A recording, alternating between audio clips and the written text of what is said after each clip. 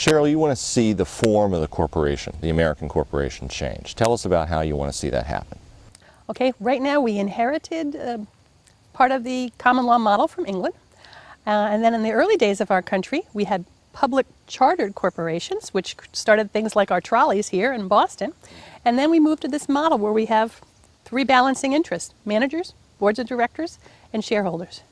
And in light of recent events, Enron and financial industry collapse, etc., lots of people are engaged now in this chorus. Let's re-examine, do the checks and balances work? So that particular part of the governance of organizations is also up for grabs. And so how do you want to see it change? If not have those three parts, what would it have? Well, one of the things we're doing is looking at all the different models that states are generating, okay? Lots of folks are tinkering with the existing paradigm and saying, can we still live with it? So we have, Vermont just passed the L3C, which is trying to enable companies that have multiple motivations to also get money from foundations. We have other states giving limited liability companies much more flexibility on internal governance. And we have a growing interest around the country in cooperatives and other models. And that's the one that I think is probably the most promising. We have some roots of it here in America, and the European experience offers some real good stories. Well, how would a cooperative work differently than your typical corporation? Let's say if you were going to change Exxon into a cooperative, how would it be different? Well, it's true, you could be a cooperative in name and not in a cooperative in fact. Because we certainly do have cooperatives. There are all kinds of cooperative banks that probably don't act that differently from regular banks. In its truest essence, though, the cooperative is about people coming together around a common motivation, which could be profit, but could also be some other things, like let's get all the farmers in Vermont to coordinate on storing our grain in silos, which is, one of the early examples. It could be like the towns in the Midwest where the power companies, a bunch of folks in a town say, let's create our own power. Let's get all the farmers in this county to generate power together. So it's more of a group of people coming together with a common interest.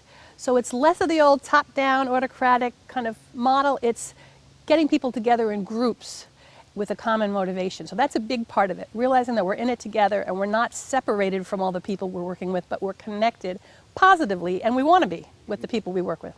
Don't there have to be changes to law, though, for this to happen effectively? And what I'm thinking of specifically is boards of directors and the people who run corporations have a fiduciary duty to maximize shareholder value in most states, in most circumstances. Wouldn't that have to change for this to work well? We've been trying to do that for a while. Yes, state charters are, the seeds for all modern-day corporations. And so, yes, there are initiatives. I was part of one 25 years ago in the Massachusetts legislature with Lester Thoreau and Senator Lois Pines to create a broader fiduciary duty standard which would enable shareholders and managers to look at long-term and not just short-term profitability.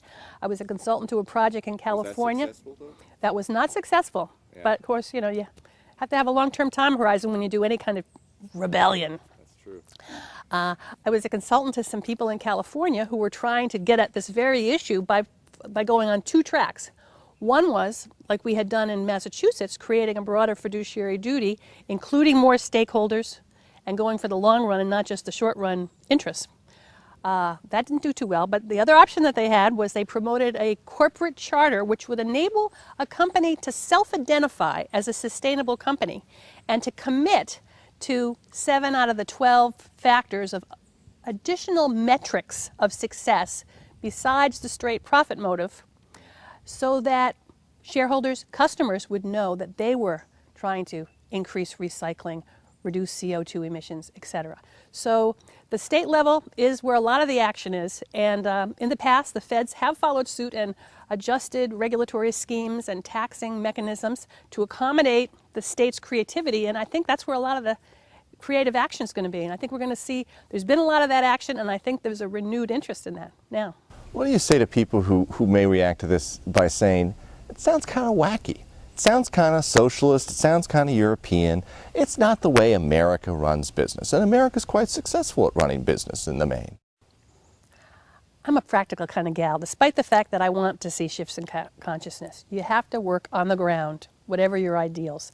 The fact is, if we look on the ground right now and look at what's working and what's not working, we see a lot of corporate failures. We see places where the checks and balances haven't worked, where the shareholders' interests haven't been working, and while we talk about creating value, you know, some of the financial schemes we've learned about raise a real question about whether or not the name creating value has been a misnomer in a lot of industries. So I think if we look at what's not working and sit at the drawing pad and start thinking differently, it's not Pollyanna-ish, it just makes darn good sense. That's what it is.